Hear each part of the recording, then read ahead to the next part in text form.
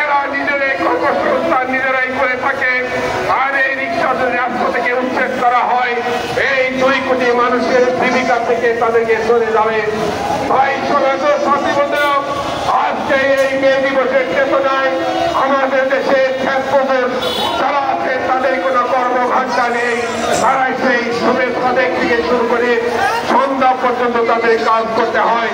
তাই সাথী বন্ধুরা, সকল শ্রমিকের অধিকার আদায়ের জন্য সমাজতান্ত্রিক ঐক্যের পতাকা তোলে আপনারা সমবেত হবেন, সেই আশাবাদ